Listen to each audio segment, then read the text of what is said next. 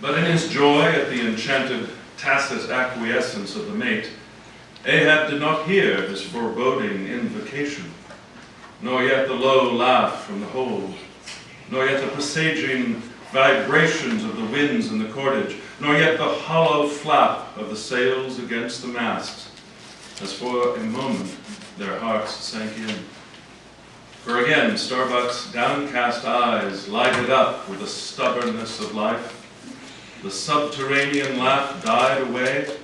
The winds blew on, the sails filled out, the ship heaved and rolled as before. Ah, ye abominations and warnings, why stay ye not when ye come?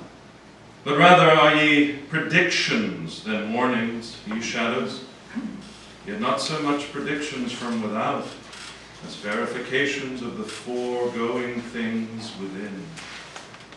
But with the little external to constrain us, the innermost necessities in our being, these still drive us on. The measure! The measure! Cried Ahab. Receiving the brimming pewter and turning to the harpooneers, he ordered them to produce their weapons. Then ranging them before him near the capstan, with their harpoons in their hands, while his three mates stood at his side with their lances, and the rest of the ship's company formed a circle round the group, he stood for an instant, searchingly eyeing every man of his crew. But those wild eyes met his, as the bloodshot eyes of the prairie wolves meet the eye of their leader, ere he rushes on at their head in the trail of the bison. But alas, only to fall into the hidden snare of the Indian. "Drink and pass," he cried, handing the heavy charged flagon to the nearest seaman. "The crew alone now drink. Round with it, round! Short draughts, long swallows, men. 'Tis hot as Satan's hoof. So it goes round excellently. It spiralizes in ye, forks out the serpent snapping eye. Well done. Almost drained. That way it went, this way it comes. Hand it me. Here's a hollow. Men, ye seen the years. So brimming life is gulped and gone. Steward, refill. Attend now, my braves. I have mustered ye all round this capstan, and ye mates, flank me with your lances, and ye harpooneers, stand there with your irons, and ye, stout mariners, bring me in, that I may in some sort revive a noble custom of my fishermen fathers before me.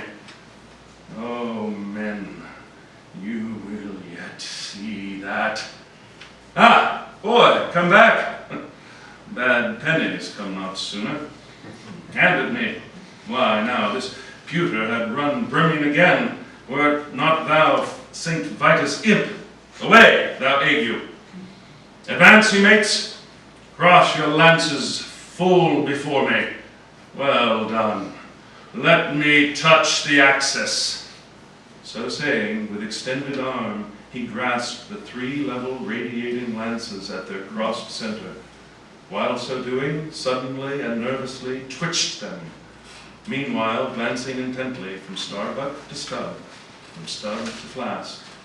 It seemed as though, by some nameless interior volition, he would fain have shot into them the same fiery emotion accumulated within the laden jar of his own magnetic life. The three mates quailed before his strong, sustained, and mystic aspect.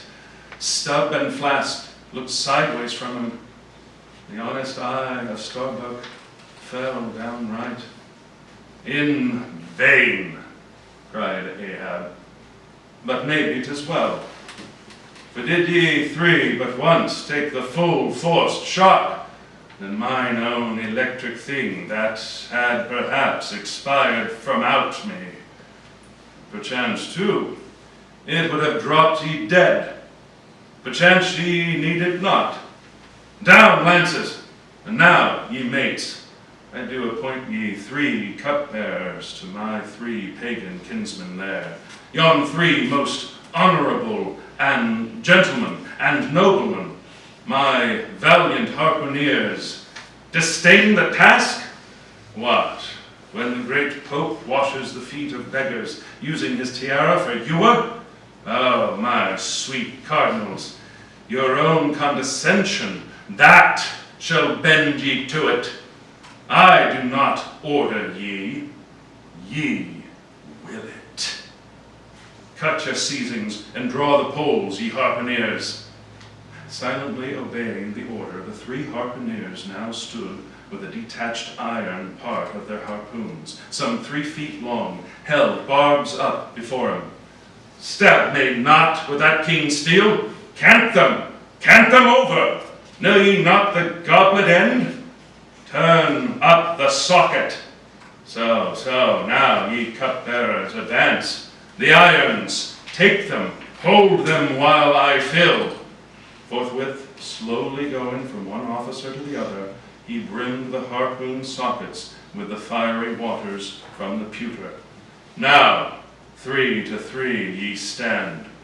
Commend the murderous chalices. Bestow them, ye who are now made parties to this indissoluble league. Ah, Starbuck, but the deed is done. Yon ratifying sun now waits to sit upon it. Drink, ye harpooneers, drink and swear, ye men that man the deathful whaleboat's bow. Death to Moby-Dick! God hunt us all if we do not hunt Moby-Dick to his death. The long, barbed steel goblets were lifted, and to cries and maledictions against the white whale, the spirits were simultaneously quaffed down with a hiss. Starbuck paled and turned and shivered. Once more, and finally, the replenished pewters went the rounds among the frantic crew, when, waving his free hand to them, they all dispersed, and Ahab retired within his cabin.